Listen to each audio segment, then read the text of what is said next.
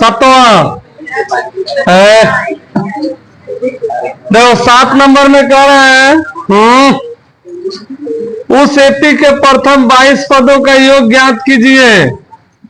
यानी कि एपी का 22 पदों का योग एन हम लोगों को दे दिया है 22, डी दे दिया है 7 और 22वां पद दिया हुआ है 149। हम लोगों को निकालना क्या है, S22 निकाल देना है कि 22वां पद का योग क्या होगा। तो पहले हम लोगों को A22 बराबर दिया हुआ है 149 यानी 22वां पद। तो इसी से हम लोग बनाना शुरू करेंगे।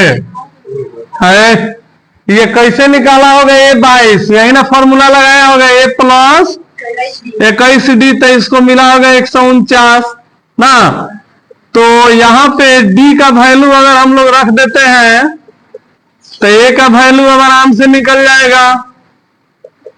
A बराबर 149 है, यहाँ पे कितना है माइनस हो जाएगा 7 का 7, 7 दूनी 14, तो A कितना हो गया 2। तो A मिल गया, D मिल गया, N मिल गया। अब S22 निकालना है तो Sn बराबर क्या होता है n/2, 2A plus n minus 1D। तो S22 हम लोग निकाल रहे हैं 22/2, 2 गुने 2, n कितना, n मालूम है 22 और D कितना है 7 है ना। तो हई कट के आ जाएगा 11, दूनी 4 ना होगा, 2 दूनी 4, अब 22 में से 1 जाएगा 21, 7 का 7, 7 दूनी 14,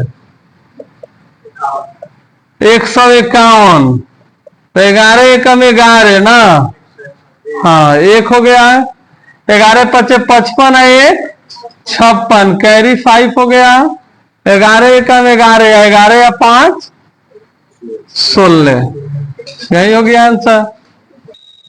देखो 8वां नंबर, 8वां में कह रहा है उस एपी के प्रथम 51 पदों का योग ज्ञात कीजिए जिसका दूसरा और तीसरा पद 14 और 18 है। देखो क्या निकालना है हम लोगों का, 51 पदों का योग, S51 निकाल देना है। और इसमें हम लोगों को दिया हुआ है एपी का दूसरा और तीसरा, यानी कि दूसरा पद दिया हुआ है, दूसरा पद 14 और तीसरा पद दिया हुआ है 18 ना। तो सबसे पहले हम लोग जब बनाएंगे तो दूसरा पद से ही शुरू करेंगे।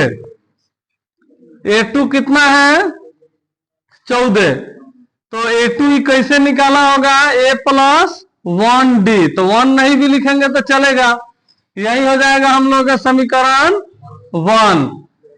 अच्छा उसके बाद में फिर दिया हुआ है A3 बराबर 18, या इसको हम लोग लिखेंगे A प्लस 2D बराबर 18, समीकरण 2 ना। देखो इधर ध्यान से तुम लोग, अब इसी को लिखेंगे हम लोग समीकरण 1 और 2 से, यानी कि विलोपन विधि जो तुम लोग पढ़ाए हैं उसी विधि का प्रयोग करेंगे।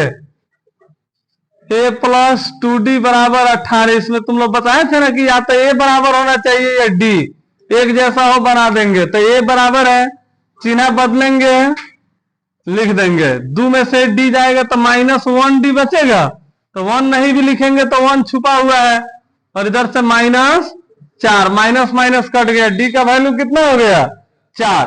अब इसी D का मान हम लोग कहां रखेंगे, D का मान समीकरण 1 में रखने पर, जब समीकरण 1 में रखेंगे A प्लस D बराबर 14 है समीकरण 1, तो D के जगह पर 4 रख देंगे, और इधर 14 माइनस 4, तो A बराबर हो गया 10। तो A और D मिल गया। N कितना है, N हम लोग का है 51, N हम लोग कितना दिया था 51, क्योंकि 51 पद बोल दिया तो N है। तब इसका फॉर्मूला लगाएंगे हम लोग Sn वाला, n/2 2a plus n minus 1 D ना। तो यहाँ पे एस 51 निकाल रहे हैं हम लोग। तो 51/2, 2 गुने ए कितना है, ए का वैल्यू आया है 10, 10 रख देंगे। एन है 51 माइनस 1 और डी कितना है, डी है 4 ना। तो यहाँ पे 4 रख देंगे। अब इसी को हम लोग हल करेंगे तो 51/2 इसी तरह रखेंगे, 2 पचे 10, 51 में से एक जाएगा 50, 50 चौका 200। इसको हम लोग अब ब्रैकेट को तोड़ देंगे जोड़ने के बाद में। तो 200 और 10 कितना हो जाएगा, 200 और 2 है 20। हाँ, तो 20 और कितना हो जाएगा, 220। अब इसको कटाएंगे तो ये हो गया 110।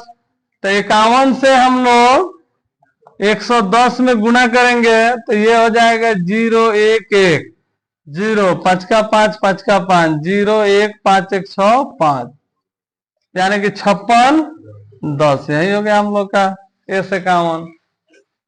बहुत तो मन अगुताता।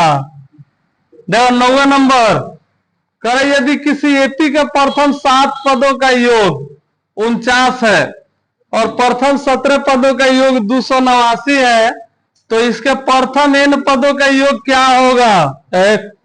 यानी कि प्रथम 7 पदों का योग 7 पद, A7 बराबर हम लोग कितना दे दिया है 49, और प्रथम 17 पद, तो 17 का मतलब A17 ये दे दिया है कितना 289 ना, इतना दिया है। तो इसका प्रथम पद, तो इसके प्रथम n पदों का योग, n पदों का योग निकाल देना है। तो n पदों का योग का मतलब सिर्फ एसएन निकाल के छोड़ देना है हम लोग का, n पदों का योग, ठीक है। यानी n का मान नहीं रखना है, n उतना ही रहेगा और उसका योग हम लोग बताना है कितना आएगा। तो हम लोग क्या करेंगे, यहाँ पे सबसे पहले जब बनाएंगे S7 दिया हुआ है कितना 49 ना, तो आखिर ये एसएन का कौन सा फॉर्मूला लगाया होगा। तो एसएन का फॉर्मूला है हम लोगों को मालूम है, एसएन बराबर n/2 ना, 2a plus n minus 1, 2a plus n minus 1 D है, ये ना फॉर्मूला लगाया होगा। तो इसको कितना आया होगा 49। तो S7 कर दिया है तो यहाँ पे तो 7 लिखा जाएगा ना। 2 × a कितना है, a नहीं मालूम, तो इसी तरह 2a रहने देते हैं। 7 माइनस 1 डी भी नहीं मालूम, इधर है कितना 49। अच्छा है, इधर गुणा में है, इधर आया क्या हो जाएगा भागा में, 7 में से एक जाएगा 6d हो जाएगा। इधर 49, इधर गुणा में है तो भागा में लिखेंगे, 7/2 है, डायरेक्ट गुणा में करेंगे तो 2/7, तो 7 7 49। तो 2a प्लस 6d बराबर 7 दूनी 14, ये हो गया हम लोग का समीकरण 1। अच्छा इसमें से कॉमन ले लिया जाए, कॉमन ले लिया जाएगा तो और आसान रहेगा। 2 कॉमन ले लेते हैं तो a प्लस 3d बराबर 7, ये हो गया समीकरण 1। कहां से लिख दी है, इस तरह 2 ब्रैकेट में घेर के नहीं लिखे हैं, नहीं तो 2 फिर इधर आ गए तो काटिए देगा। तो अगर 2 से सब कट जाए, 3 से कट जाए तो कटा देते हैं। फिर हम लोग क्या दिया हुआ है S17, तो S17 का वैल्यू दिया हुआ है हम लोग का 289। तो S17 कैसे निकाला होगा, इसी तरह निकाला होगा n/2। और चाहे तो हम लोग यहाँ फॉर्मूला लिखे डायरेक्ट भी तो बना सकते हैं ना, n/2 2a plus n minus 1 और d कितना, d नहीं मालूम 2 8 9, और फिर आई 2a प्लस 17 में से एक जाएगा 16, ये कितना आ जाएगा 16d बराबर 2 8 9, भागा में आएगा 17/2, गुना में करेंगे 2/17, तो 17 से भी 289 कट जाएगा। 17 ही बार में, 7 7 49, हाँ 17 बार में कट जाएगा। तो 2a प्लस 16d बराबर 17 दूनी 34, इसमें से भी 2 कॉमन ले लेते हैं तो बच जाएगा a प्लस 2 8 16 17, समीकरण 2। अब क्या करेंगे हम लोग, समीकरण 1 और 2 से काम करेंगे। समीकरण 1 और 2 से तो ये हो जाएगा a प्लस 3d बराबर 7, और ये है a प्लस 8d बराबर 17।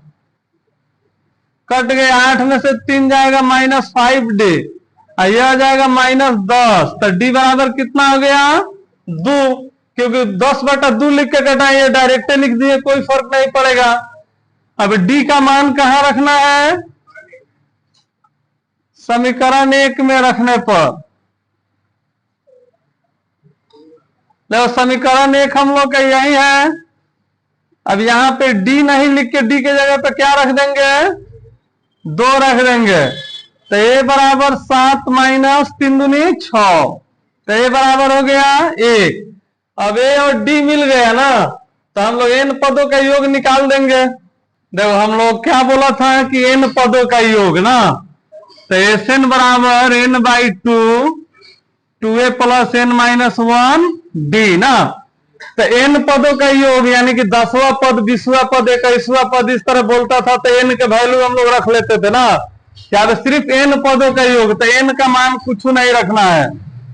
n/2 2a, कितना आया है? 1, और n-1, d कितना आया है? 2। तो यहां पे n/2 2 एकम 2, n-1 तो 2 से गुणा कर देंगे तो 2n हो जाएगा। 2 एकम 2, 2 से 2 गायब हो जाएगा, प्लस माइनस माइनस। तो n/2 से गुणा करेंगे 2n में, तो n से 2 से 2 कट जाएगा, तो n स्क्वायर, यही हो गया आंसर।